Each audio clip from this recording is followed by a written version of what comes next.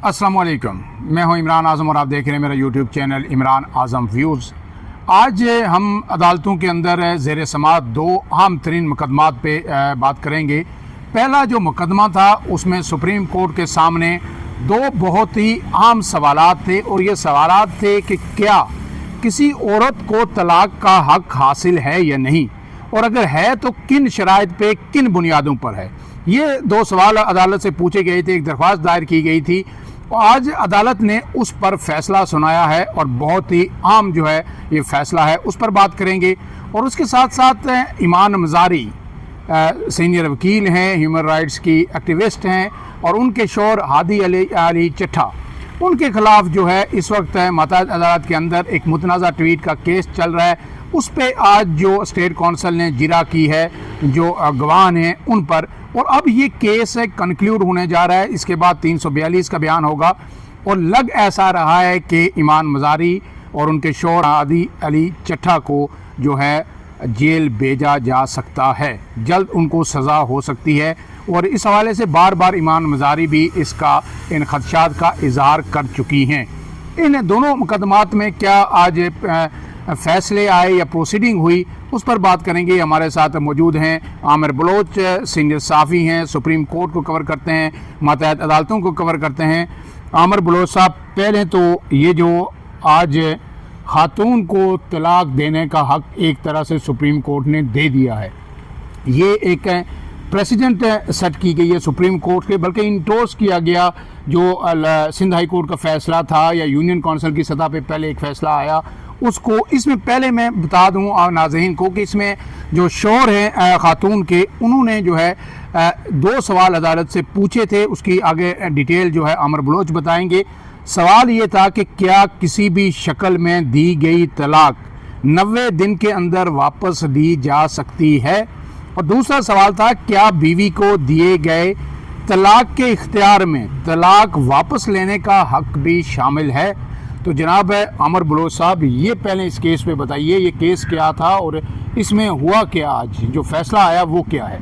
आज देखें, जो सुप्रीम कोर्ट में मोहम्मद हसन है, वो दरख्वास्त गुजार थे, उन्होंने एक दरख्वास्त दायर की थी जिसमें उसने अपनी बीवी जो न्यूयॉर्क में इन्होंने शादी की थी, 2016 से 2021 तक इनकी शादी रही है, तो उस हवाले से इन्होंने दरख्वास्त दायर की थी कि जो इन्होंने असल में ना इस जो शौहर है ना, शौहर ने अपने निकाह नामे में बीवी को ये इख्तियार दिया था कि जब तलाक वैसे तो मर देता है ना, तो उसको ये इख्तियार दिया था कि आप भी तलाक दे सकते हैं। इसमें आम नुक्ता ये है कि औरत के पास खुला का हक तो आइनी तौर पर, कानूनी तौर पर, शरई तौर पर मौजूद है, लेकिन अगर कोई शख्स जो है निकाह नामे के अंदर भी एक कॉलम होता है कि अगर आप जो है तलाक का हक औरत को देना चाहते हैं तो आप दे सकते हैं। तो ये जो शादी हुई ये न्यूयॉर्क में हुई, इसमें जो हसन साहब हैं, खावंद मोहम्मद हसन सुल्तान, इनकी और जो शादी हुई इनकी, तो फिर उसके बाद उसमें इन्होंने अपनी बीवी को ये हक दे रखा था और बीवी ने वो हक इस्तेमाल किया और उसमें उन्होंने अपने शौहर को तलाक दे दी, और फिर जो है 90 दिन के अंदर उन्होंने वो वापस ले ली, रुजू कर लिया। यही रुजू इस तरह से कि जो पहले न्यूयॉर्क में थे ना, जुलाई 2023 में इन्होंने यूनियन काउंसिल में एक नोटिस दिया जो तलाक होती है कि मैंने तलाक अपने शौहर को दे दिया। खातून फिर न्यूयॉर्क से कराची मुंतकिल हो गई, कराची पहुंची, और कराची पहुंच कर उन्होंने यूनियन काउंसिल में वो नोटिस दिया। नोटिस जुलाई में दिया और अगस्त में वो नोटिस वापस ले लिया, जिसकी बिना पर यूनियन काउंसिल ने वो कार्रवाई कर दी, रोक दी। ये तलाक नहीं हुई, प्रोसीजर होगी ना, मतलब जो तलाक वो 90 दिन का टाइम होता है ना, जिस तरह एक इस्लामी कानून है। तो अब उसके बाद जो शौहर है, शौहर ने न्यूयॉर्क में एक इनके ऊपर केस किया हुआ था जो बच्चों की हवालगी का, कस्टडी का। तो उसके ऊपर न्यूयॉर्क की अदालत ने उसके हक में फैसला दिया था और कहा था कि जो खातून है और वो बच्चा है वो इधर अदालत में पेश हो, और उसको वो उसमें न्यूयॉर्क वापस बुलाने का हुक्म दिया था। उसी दौरान ये उन्होंने जो खातून ने तो वापस ले लिया था नोटिस, तो खातून फिर वो न्यूयॉर्क में चली गई। न्यूयॉर्क में फिर इनका दोबारा केस चलता रहा, केस चलता। इसी दौरान जो बंदा था, जो खावंद इधर आया, उसने दोबारा से एक नोटिस, वो जो नोटिस चल रहा था उसके इल्म में ये नहीं था कि वो नोटिस उसने वापस ले लिया। उसने आके उस यूनियन काउंसिल में वो दोबारा एक एप्लीकेशन दी कि जो न्यूयॉर्क की अदालत में ये केस चल रहा है, तो इसको फिलहाल मुअत्तल कर दिया जाए, ये जो कार्रवाई है इसको रोक दिया जाए। जिसके ऊपर यूनियन काउंसिल ने उनको कहा कि ये जो इख्तियार है, मतलब जो न्यूयॉर्क का केस है, क्योंकि उन्होंने न्यूयॉर्क का कोई अदालती आर्डर साथ नहीं लगाया हुआ था, कोई ऐसे शवायद नहीं थे जिसकी बिना पर ही अगर यूनियन काउंसिल ने कुछ आर्डर लिखना भी था तो वो नहीं लिखा। तो यूनियन काउंसिल ने तो इनके जो मौक़िफ़ था इनको साइड पर रख दिया। ये फिर चला गया अदालत में जाके जब सिंध हाई कोर्ट तक ये फैसला ये केस पहुंचा, सिंध हाई कोर्ट ने भी इनकी जो इस्तदा थी वो मुस्तरद कर दी। उन्होंने ये कहा कि जो यूनियन काउंसिल का फैसला था वो दुरुस्त था। दूसरे नंबर पे जो न्यूयॉर्क है वो हमारे दायरे इख्तियार में आता ही नहीं है। सही है। तो वो जो उधर की जो कार्रवाई है वो उधर ही होगी, यहाँ का जो लॉ है वो यहाँ पे चलेगा। उसमें जो उधर की कार्रवाई है वो इसके ऊपर असरअंदाज नहीं हो सकती। तो ये कह के उनकी जो दरख्वास्त थी वो मुस्तरद कर दी थी। जिसके बाद ये फिर सुप्रीम कोर्ट पहुंचे। सुप्रीम कोर्ट के 3 रुकनी बेंच ने, जिसमें चीफ जस्टिस भी हैं और साथ यही आफरीदी भी इसमें मौजूद हैं, और जो आर्डर है वो 12 सफ़ात पे तो जो है जस्टिस शफी उन्होंने लिखा था, शफी सिद्दीकी जो है वो उन्होंने लिखा है आर्डर। तो उन्होंने यही लिखा है कि आर्डर में जो खातून है, खातून के हक़ में उन्होंने लिखा है कि सिंध हाई कोर्ट और जो यूनियन काउंसिल के फैसले हैं उनको उन्होंने दुरुस्त करार दिया। उन्होंने ये कहा कि जो खातून है, खातून को अगर आपने ये हक़ दिया है निकाहनामे में, आपने बगैर किसी शर्त के ये हक़ दिया है कि वो आपको तलाक दे सकती है, तो उसको ये भी हक़ है कि वो अपना नोटिस जो तलाक का वो भी वापस ले सकती है। ये उन्होंने क्लियर। अब इसमें जो सुप्रीम कोर्ट का फैसला है वो मैं आपको मुख्तसरन बता देता हूँ कि सुप्रीम कोर्ट हमने फैसले में लिखा कि पाकिस्तान का कानून बीवी के 90 दिन के अंदर तलाक वापस लेने को जायज़ तस्लीम करता है। बीवी की न्यूयॉर्क में दायर दरख्वास्त का पाकिस्तान की कार्रवाई से कोई ताल्लुक नहीं। यूनियन काउंसिल और सिंध हाई कोर्ट के फैसले कानून के मुताबिक दुरुस्त थे। सिंध हाई कोर्ट ने भी यूनियन काउंसिल के दोनों फैसलों को बरकरार रखते हुए दरख्वास्त मुस्तरद करते हुए मौक़िफ़ इख्तियार किया था कि चूँकि बीवी ने 90 दिन के अंदर तलाक का नोटिस वापस ले लिया है, इसलिए तलाक मौसर नहीं हुई।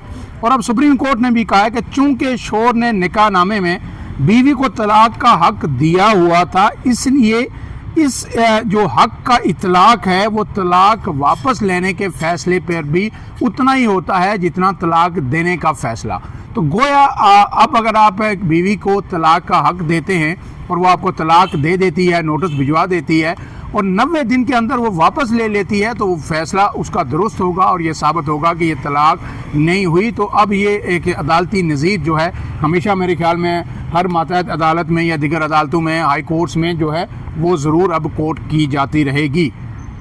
अब इसके साथ साथ दूसरा जो हादी अली चट्ठा और ईमान मज़ारी का केस है, उसमें अब जो है मेरे ख्याल में फ़ैसला अब चंद दिनों में, 1 हफ़्ता 10 दिन में आ जाएगा। 342 के जो बयानात हुए, आज की जो प्रोसीडिंग हुई है उसमें स्टेट कौंसल जो तब्दील हुआ और नए स्टेट कौंसल जो आया उसने जिरा की, और पहले वाले स्टेट कौंसल ने जो सरकारी वकील जो उन्हें फ्राहम किया गया था ईमान अली मज़ारी को, उसने आपको पता है कि उसने कुछ इतराज़ात किए थे। उसने कहा था कि मुझे जो है 15 सवाल सिर्फ दिए गए, रात भिजवाए गए और कहा गया कि बस आपने जिरा इन सवालात पे करनी है। तो उस पर उन्होंने अदम एतमाद का इज़हार करते हुए कहा था कि ये मेरी आज़ादी को सल्ब करने के मुतरादिफ है, तो उन्होंने छोड़ दिया। फिर नया कौंसल है अपॉइंट हुआ, उस पर ईमान मज़ारी और उनके शोहर ने एतराज़ भी किया, लेकिन जो है उनकी सुनवाई नहीं हुई और आज उसी स्टेट कौंसल ने जो है जिरा की। तो इस जिरा में आज क्या हुआ?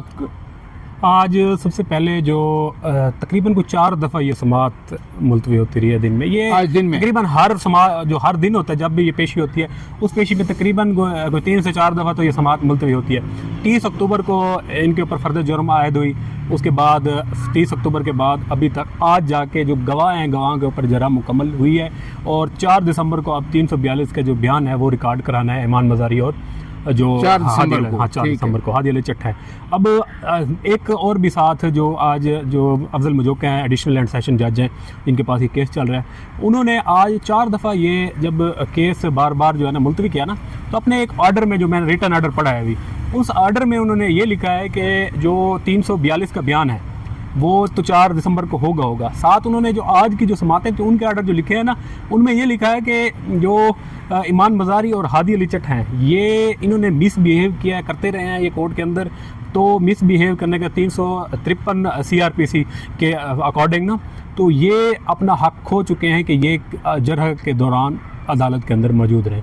तो जो आखिरी समाअत हुई है आज के दिन की, उस दौरान हादी अली चट्ठा और साथ जो ईमान मज़ारी है, ये दोनों उसके अंदर जीरा के अंदर अदालत के अंदर मौजूद ही नहीं थे, मतलब उनको अदालत से बाहर निकाल दिया, बाहर निकाल दिया। उनका केस प्रोसीडिंग हो रही है और जो जनाब सरकारी वकील जो हैं वो जो नए अपॉइंट किए गए हैं वो जिरा कर रहे हैं गवान पे, और उसी की रोशनी में अब इसके बाद सिर्फ 342 का बयान रिकॉर्ड होगा। जो मुलजमान हैं दोनों, अगर वो करवाते हैं रिकॉर्ड, हो सकता है वो अदालती कार्रवाई का बाइकआउट भी कर सकते हैं। और लेकिन सर वो बाइकआउट भी कर देना तो साथ उन्होंने ये हिदायत की है स्टेट काउंसिल को कि अगर ये 342 का बयान नहीं लिखते तो उस 342 का बयान जो है ना स्टेट काउंसिल लिख के आएगा। अच्छा, अगर वो बयान नहीं लिखते तो सरकारी वकील ही 342 का जो आम तरीन बयान होता है कंक्लूड करने के लिए किसी भी केस को, वो जो सरकारी वकील ही लिखेंगे और उसके बाद जनाब है जज साहब फैसला सुना देंगे। ह्यूमन राइट्स की कई ऑर्गेनाइजेशन ने कल जो है इस पर सख्त तशवीश का इजहार किया है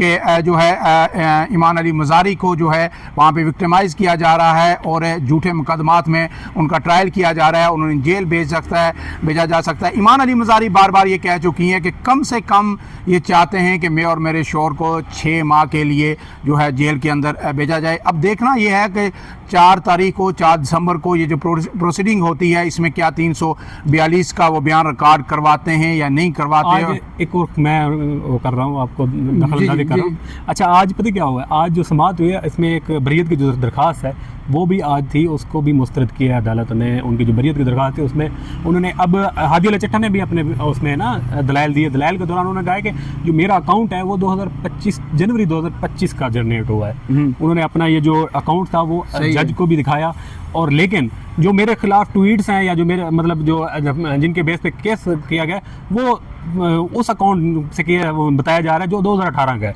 मतलब उन्होंने आज ये मौका इख्तियार किया कि जो मेरा अकाउंट है वो इस साल का है, मेरा पुराना कोई अकाउंट नहीं है जिसकी बेस पे मेरे पास केस किया जा रहा है। इसका मतलब क्या आप कहना चाह रहे हैं कि उनका कि एक फेक अकाउंट के जरिए जो है केस बनाया गया? ये उनके जो आज हादी अली चिट्ठा है, उन्होंने हादी अली चिट्ठा ने ये जो बता रहे हैं बलोच साहब के, उन्होंने ये कहा है कि मेरा जो ट्विटर अकाउंट है या एक्स का अकाउंट है वो 2025 का बना हुआ है, जनरेट हुआ, मैंने बनाया, लेकिन जो केस है उसमें जो ट्वीट्स मेरे दिखाए गए हैं वो 2018 का अकाउंट है मेरे नाम से, उसमें जो है बनाए गए हैं और उस पर केस बनाया गया है। तो इसमें देखिए कि कितने सवाल उठ रहे हैं और किस तरह की प्रोसीडिंग हो रही है।